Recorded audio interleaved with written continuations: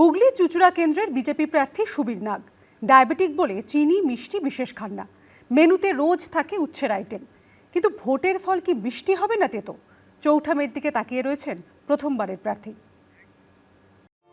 একটা সময় ছিলেন আরএসএস এ, সেখান থেকে বিজেপিতে, তারপর ছিলেন হুগলি জেলা বিজেপি সভাপতি।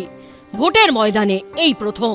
এবার হুগলির চুচুড়া কেন্দ্রে সুবীর নাগকে প্রার্থী করেছে বিজেপি।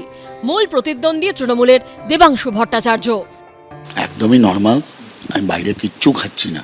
মানে ভোট ঘোষণা হওয়ার পর থেকেই, প্রায় যবে থেকে প্রার্থী হিসাবে নমিনেটেড হয়েছি, তবে থেকে প্রায় বাইরের কোনো খাবার চেষ্টা করছি যতটা অ্যাভয়েড করা যায়। তীব্র দাবদাহে বলা যায় প্রায় 2 ঘন্টা 2.5 ঘন্টা রোড শো করতে হচ্ছে রোজ।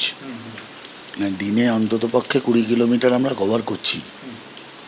সেক্ষেত্রে ওই ডাব একটু মানে প্রচার শেষে ডাব আর ওয়ারেসটা খাচ্ছি।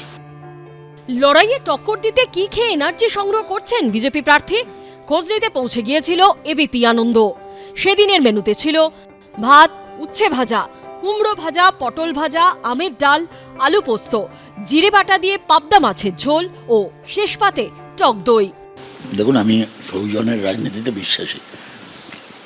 ব্যক্তিগত আক্রমণ আমার একেবারেই না পছন্দ। তো কখনো সেরমভাবে কোনো আক্রমণাত্মক কিছু আমাদের মধ্যে এখনও হয়নি।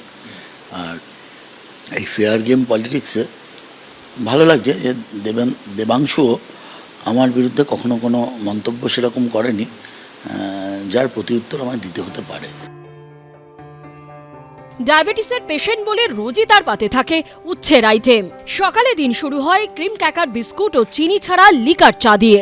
ব্রেকফাস্টে বেশিরভাগ দিনই পেট ভরাতে লেবু দেওয়া ছাতু শরবত খান বিজেপি প্রার্থী। আর রাতে থাকে 3টে রুটি ও সবজি। এই খাবার খেয়েই নিজেকে ফিট রাখছেন চুচুড়ার বিজেপি প্রার্থী সুবীর নাগ। সুকান্ত মুখোপাধ্যায়, এবিপি আনন্দ।